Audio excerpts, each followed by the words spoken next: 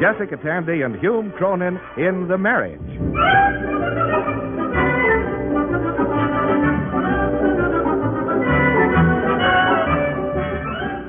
The sponsors of this program offer no endorsement of the opinions, philosophies, stubbornness, or confusion of the persons represented therein.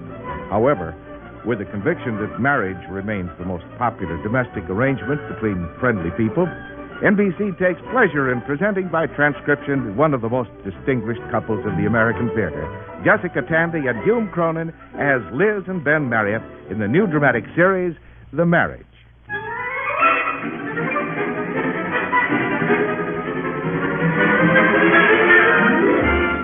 Before the children were born, when I was working for Hunt's Fifth Avenue as a buyer, I used to attend a great many cocktail parties. These were the days when Ben was at law school, so we used to dine rather completely on hors d'oeuvres and restrain ourselves with difficulty from wrapping some up in a paper napkin to take home. Since then, we haven't exactly made a habit of cocktail parties. The other day, though, one of Ben's associates at the office had a party to celebrate his acquisition of a new wife. Well, naturally, we had to go along. He met us at the door with a broad grin and a martini in each hand. Ben, what a surprise. Surprise? We were invited, weren't we? You're great, priceless. Oh, Mrs. Marriott, he's priceless. Oh, I don't know. Make me an offer. Well, two of a kind. Oh, now here, slip out of those wet things and into a dry martini. Thanks. Now, you'll have to excuse me. Marcia's around here somewhere.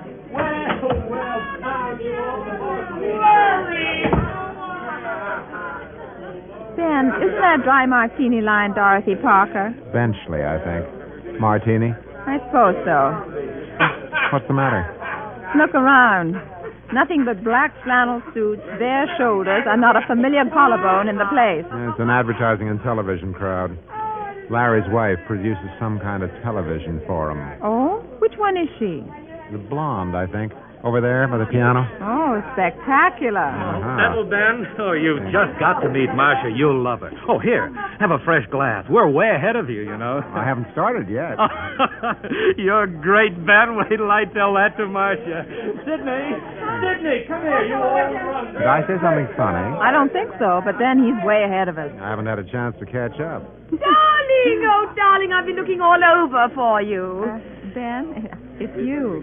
Me? You were absolutely sweet out on Fire Island. I had the grandest time. But I never had the chance to thank you for that lovely evening on the sailboat.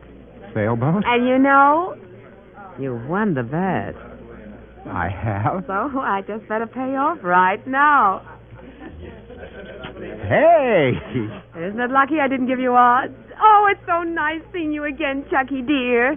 Chucky? I think perhaps I ought to tell you. I'm not Chucky. I'm Ben. Ben Marriott. Oh, you are? Well, I suppose I should bring my glasses to parties. This sort of thing's always happening. It is? Come to think of it, I didn't have my glasses out in that sailboat either. Oh, well, nothing ventured, nothing gained.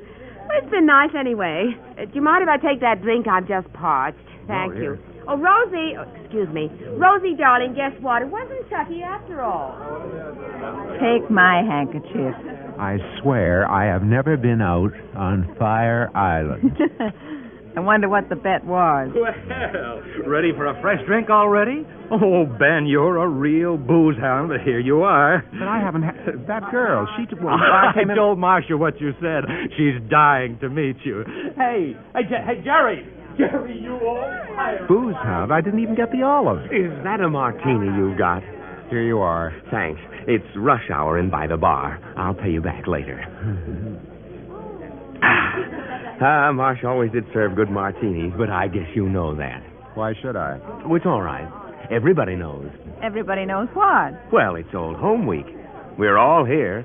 Whitey Adelaide, the life photographer. Harry from Detroit. Johannes, what's his name, the violinist. The whole crowd. Oh? Where did you take over? Before that stage designer in Rome or after the press agent in Hollywood? I must have missed something. She sure is a lovable girl. Don't you think so? I never met Marcia. Did you almost marry her? I did. Johannes What's-His-Name had the license, but there was some trouble with the immigration officials. Larry was his lawyer. I don't think I'm getting through. I've never met Marcia. And why are you here? You raise an interesting point. But naturally, I thought everybody belonged to the club. The club? Marcia's ex-boyfriends. Just like Marcia throwing a party for all of us to meet her husband. Well, if you'll excuse me, I'll get a refill. Hey, that's my glass. Ben, you might just as well go on the wagon. Hello there. Hello. I've been saving this lovely, cool martini for somebody like you all evening. Well, how nice. You are Prescott Ames, the producer, aren't you? No, I'm sorry. I'm Ben Marriott, the lawyer. That Ted Franklin swore you were Prescott Ames. Now, what good is a lawyer going to do me? Oh, that dirty skunk. Ted, you low... Wait a minute. That drink was... Why didn't you offer her a cut-rate divorce? Hey there, Ben. You ready for another, huh? Oh, boy, you sure can pour it down. Yeah, I've got a hollow leg. Yeah.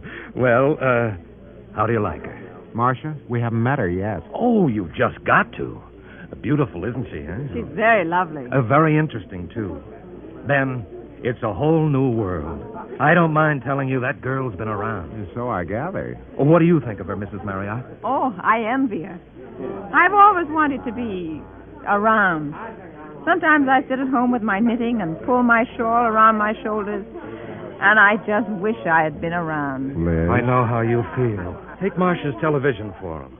Do you know that last week we had 3 senators to dinner and an editor of the Christian Science Monitor? We had a monitor to dinner, one of Pete's friends. He was third-floor boys' room monitor. Elizabeth? I suppose there is a great gulf between Marcia and, well, the ordinary housewife. Oh, it's true. We suffer from so many occupational hazards. Dishpan hands, untidy carpet naps. Lately, I've even had rings on my sink. Liz, cut it out. It must be very exciting to be a woman who's, been around. I've had such an ordinary time of it. Well, there's nothing ordinary about Marcia. Shall we drink to her? Oh, Ben, I'll have to borrow your drink. But that... To Marcia. It's lucky the best man didn't win.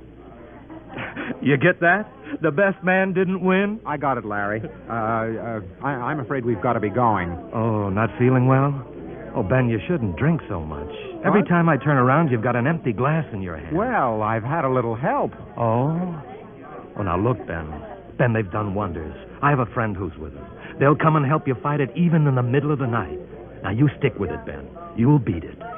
Good night, Larry. Give our love to Marcia.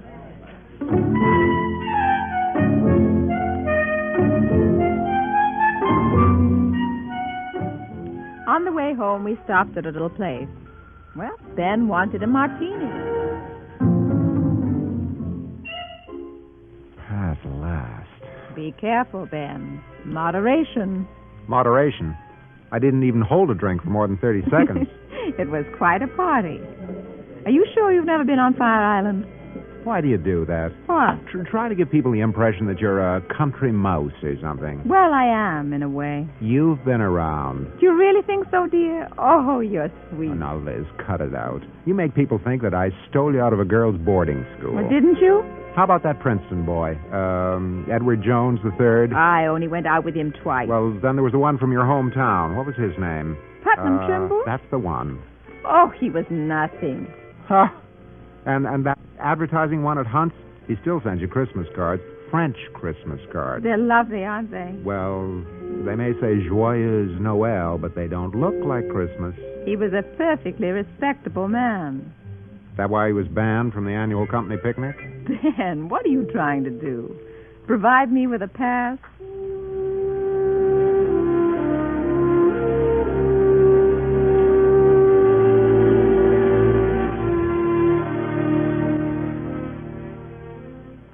We'd often talked about the men I'd gone out with before I married Ben.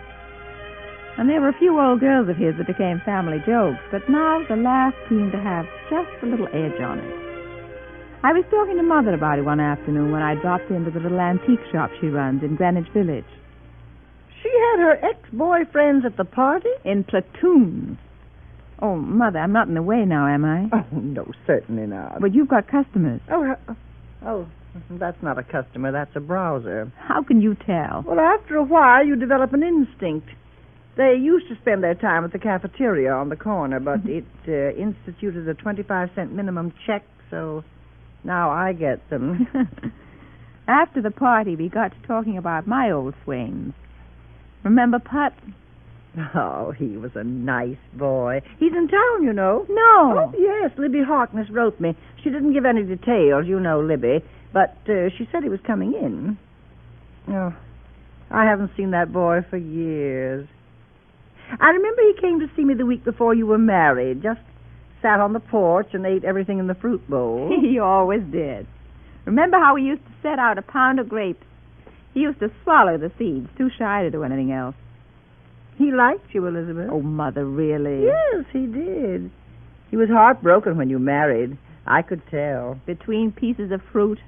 Well, yes. He ate them, but he didn't seem to have his mind on them.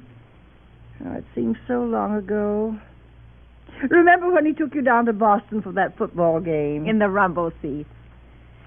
You know, I should get in touch with him. You should. Just to show Ben what kind of a past I really have. Nothing more exciting than Put Trimble. Now, that isn't fair. After all, he was a few years younger than you, dear.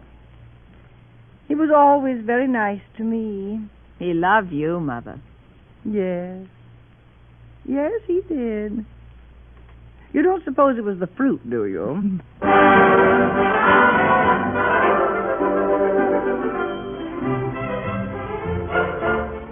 Neither Mother nor I really expected to see Put. He was part of a world we'd both left far behind. But then, a few nights later, the world jumped and caught up with us.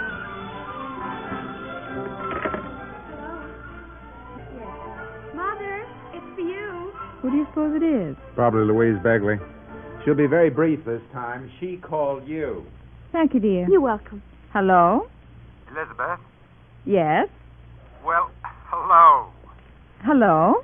I would have recognized your voice anywhere. Who is this? Put. Put Trimble. Put! My goodness, Put! What is it, a motorboat? It's Put Trimble. Well, how have you been? How have you been? Fine.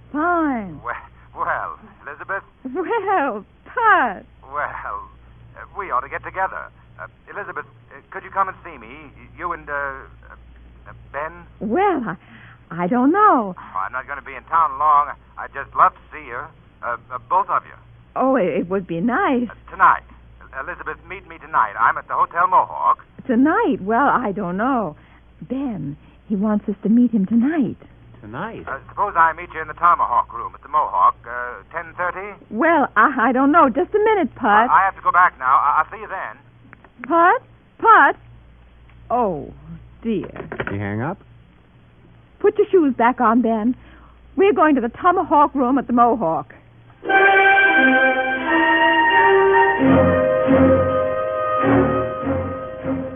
I expected Ben to be absolutely furious. Once he gets his shoes off, he's settled for the evening. But somehow he didn't seem to mind. He was glowing with a quiet satisfaction as we headed downtown on the subway. How long's it been, Liz? 15 years? Oh, more than that. I haven't seen Put since we were married. And he called you, eh? Wanted to see you. What are you getting at? Oh, nothing. Oh, for goodness sake. Put Trimble is about as romantic as a Holstein cow. He's at the Mohawk, isn't he? That's where all the salesmen stay. He'll probably sit there just swallowing grape seeds.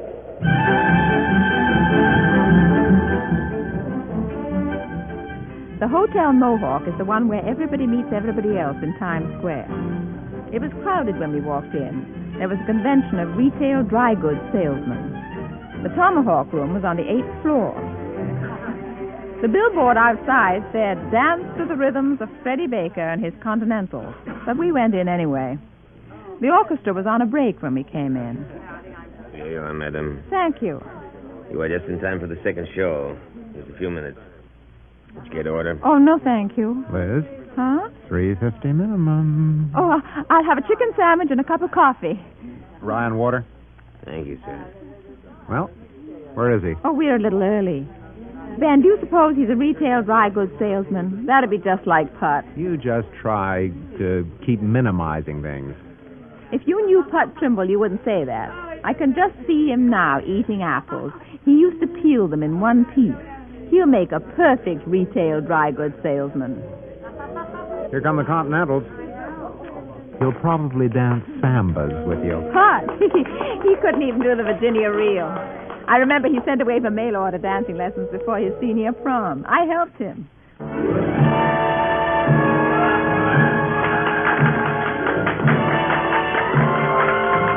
How do you do, ladies and gentlemen?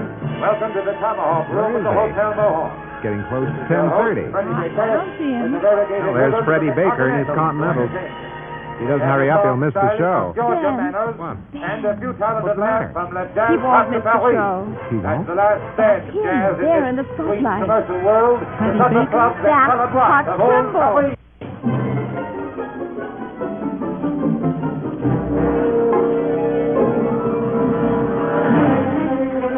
I froze. I think I snapped a swivel stick in two with my bare hands. There he was in a sport coat, dark wavy hair and a bow tie. I could see a ghost of Put Trimble about him, red check Mackinaw and galoshes. I sat transfixed through the whole show like a chicken with his nose on a chalk line. After the last number, the lights went up and he threaded his way over to the table. Ben leaned over and murmured into my ear, Retail dry goods salesman, huh? Well. Elizabeth, darling, Put, you haven't changed. You haven't changed since you were 16. Put, this is Ben. How do you do? How'd you do? Well. Well. Well. Put, I didn't know you were a band Oh, leader. you didn't? Well, I've been sort of out of touch. Been on tour in Europe for about 4 years. In Europe? When did you become Freddie Baker? Oh, well, Putnam Trimble didn't sound very continental. And the musicians are really French? Well, one of them is French-Canadian from Burlington. The rest are just boys from Local 802. Oh, I just can't believe it. Put Trimble, a band leader. You knew me when I was in my first band. The American Legion Drum and Bugle Corps. And I was disqualified from the state championship for having valves. Oh, Put, this is so wonderful. Would you care for something, Monsieur Baker? Champagne, Maurice, une bouteille de Mumm, très froid. Eh, monsieur? Oui, monsieur. Tout comme il faut. Merci. Oh, Maurice. Monsieur. Une pièce de camembert. Pas si vieux. Oui, monsieur. Oh, Ah. excuse me, Freddie. Oh, yes? I knew you wouldn't mind if I just popped over for a minute. Oh? I saw you in Paris, you know, at the Club Dixie Page. Oh, you did? When I heard Freddie Baker was right here in New York, why, I came all the way in from White Plains. Well, that's quite an honor. Oh, it is. I haven't been in since the matinee for the last Helen Hayes play. I have all your records. You do? Well. I wonder, would you mind? Well, it seems rather silly, but would you mind signing my menu? No, pleasure. Just write to my dear Hortense. My dear Hortense. Ah, there you are. Oh, thank you. Thank you, Freddie. Oh, I just think you're darling. I'm sorry, Liz. Oh, Put, it's precious. Makes me feel foolish. Oh, this means so much to me, seeing you again, Elizabeth. Well. Well.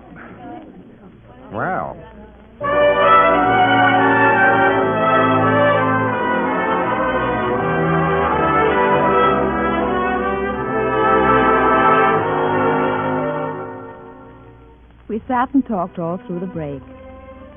And then, after the midnight show, we talked some more. Put sat there in his sport coat with all the women in the room staring at him hungrily. And we talked about skiing on Hogback Mountain and Mr. Merston, our high school senior English teacher. We got home at 3 in the morning. And that evening, when it all came out, Emily turned pale. Freddie Baker? Mother, you know Freddie Baker? Well, when I knew him, he was Put Trimble. But he's the latest thing. Golly, he's later than Rosemary Clooney. The lateness is catching. I think I'll go to bed early tonight. What does he look like? I mean, is he as good-looking as his pictures? Oh, it's hard to say, dear. I keep remembering him following the footsteps around our living room. Did you go out with him, Mom? Oh, once or twice. He was more sort of family friend. It's hard to believe he could be that old. He's so good-looking. If it will reassure you, dear, he's a little younger than I am. Oh, thank goodness. Why did he call you Mother? Is he still in love with you? Emily, that's ridiculous. Absolutely ridiculous. Why? Ben? Well, what's ridiculous about it? Well, it just is. I think it's an awfully interesting idea. Well, as a matter of fact, he asked me to see him tomorrow afternoon. When was this? When you were getting the coat. Mother, he wants to see you alone? Oh, I said I'd call him, but of course I won't go. Why not? Oh, Ben, really? Oh, don't you think she should go, Emily? Oh, yes. Well, I feel a little silly about it. I'm sure he wants to talk about, old times. Sure. Go ahead. Ben, stop pushing me. I'm not pushing you. Just your past catching up with you. Oh, Mommy, do you have a past?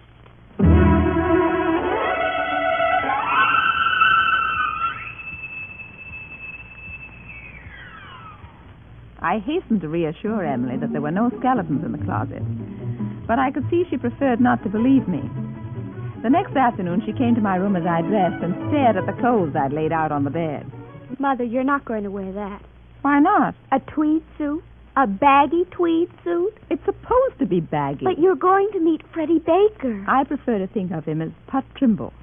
It helps my sense of propriety. Mother, wear the black taffeta. The cocktail dress. Oh, don't be silly, dear. Oh, never two stockings the same color. Mom, do you think that maybe all these years he's remembered you? That even in Paris or London, he was still in love with you? Emily, don't be silly. Do you really think the black taffeta would be better? Oh, yes. And you could wear black stockings. Black stockings? Certainly not. I'd look like something written by Offenbach. Think of him, Mom. Famous, successful, and underneath empty. Alone. Always thinking of years ago. The black stockings would go with the dress, wouldn't they? Perfect. You going to use eyeshadow? No, it just makes me look as if I'd been up late. Do you suppose he'll tell you? Do you think he can finally come right out with it? Oh, Mom, it's heartbreaking. This isn't too much shadow on the right lid, is it? It's just perfect. It looks very beautiful and kind. I'd better not be too kind. Well, zip me up.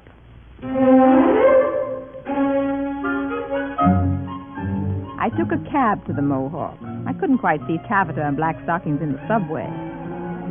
Pat had a suite at the hotel, and we sat on a love seat and had coffee. Remember how we used to sit on the porch, Elizabeth? Mm-hmm. I've thought of that many times. You have? You always remember the first girl you fall in love with? I suppose you do. No, you weren't the first one. There was a girl who sat in front of me in first grade. She wore black cotton stockings and had long braids. Well, I used to hate those stockings. But it didn't last. Not with her. I don't even remember her name. I remembered yours. We were very good friends, Pat. I suppose that's all it seemed. I never could say much in those days. Well, you've been around since then? Oh, sure. I've traveled a lot.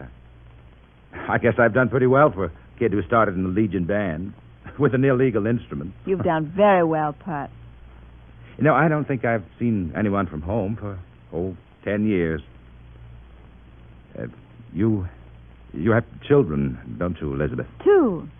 How old? 15, that's Emily, and Pete, 10 years old. Would you like to see their pictures? Oh, later. I want to talk to you, Elizabeth. Yes?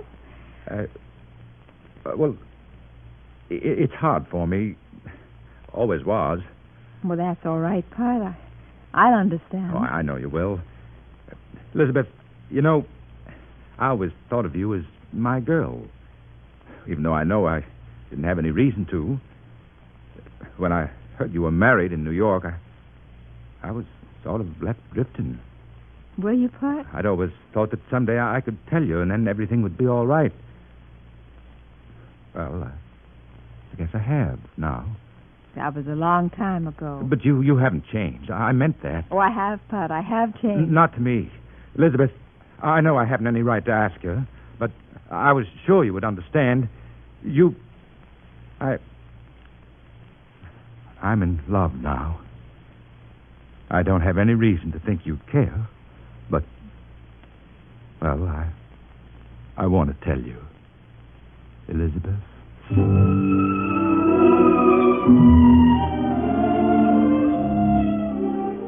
The children were out visiting when I got home. The living room was dark. I came in, hung up my coat, and stepped out of my shoes. Liz? Ben, what are you doing sitting in the dark? Waiting for you. Emily and Pete are out somewhere. Oh. Will you mind scrambled eggs for supper? No. I suppose we could go out. Oh, scrambled eggs are fine. Maybe waffles with ice cream. Forget about supper. Will you please? Well, I can't. I mean, we do have to eat. Liz, stop playing cat and mouse. What do you mean? I came home early from the office this afternoon. I had a headache. No, that's not true. I was, well, just nervous. What about? This Freddie Baker. Put? It all sounds very simple when you say Put. It is simple, dear. Liz, I'm sorry I started the whole thing. What whole thing? Well, I got sore when you were running yourself down at the party. I've been sitting here figuring it out. I wanted people to think that I'd done as well as anybody. Pretty self-centered way of putting it, isn't it? Oh, no, dear. Well, what happened? Oh, Ben, it was so sweet. Sweet? What was sweet? Well, it was a very brief encounter. I went there, and we talked about how he'd been in love with me. In love? And I was very understanding. Then I was going to tell him that I was touched, and that I'd always treasure his... Well, that I'd always treasure it. But I didn't tell him. You didn't? No, and I was glad I didn't. What do you mean, glad? You see, my darling... Liz, for crying out loud. He explained that he'd been in love with me when we were in high school, and that I was the only one he'd seen from home, and he wanted me to meet her. Who her? Whom? That nice girl who sang with the band, Georgia Manners. Put's going to marry her, and he wanted me to approve. Oh, no. Liz, are you serious? I could have cried. I was all ready to explain that I was in love with my husband. I'd always think kindly of him. And Oh, Liz. Darling, you were worried. You were actually worried. Of course I was. I know how wonderful you are. I thought surely he would, too. Oh, Ben, you should have seen him. He sat there chewing his nails. And Ben... What? He ate the whole bowl of fruit.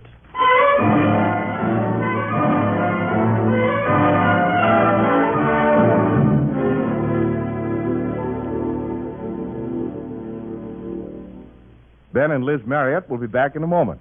In the meantime, let us extend an invitation on behalf of our stars, Jessica Tandy and Hume Cronin, as well as the National Broadcasting Company, to all of you to drop by next week at this time for another half-hour observation and transcription of The Marriage, written by Ernest Kenoy. Evelyn Varden was heard as Abby, Denise Alexander as Emily. Others in the cast were William Lally, Kathleen Cordell, Leon Janney, Ann Diamond, Charmaine Allen, and Carl Weber as Put Trimble. The Marriage is an NBC Radio Network production directed by Edward King. This is Bob Defton speaking. Oh, Ben, what am I going to tell Emily? I don't dare disillusion her. Go on, disillusion her. What's good enough for her parents is good enough for her. Let her start early.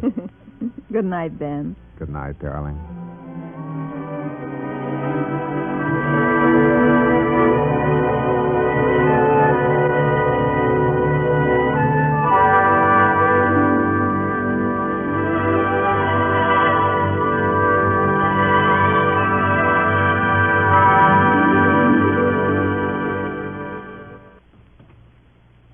The Hollywood Story next on the NBC Radio Network.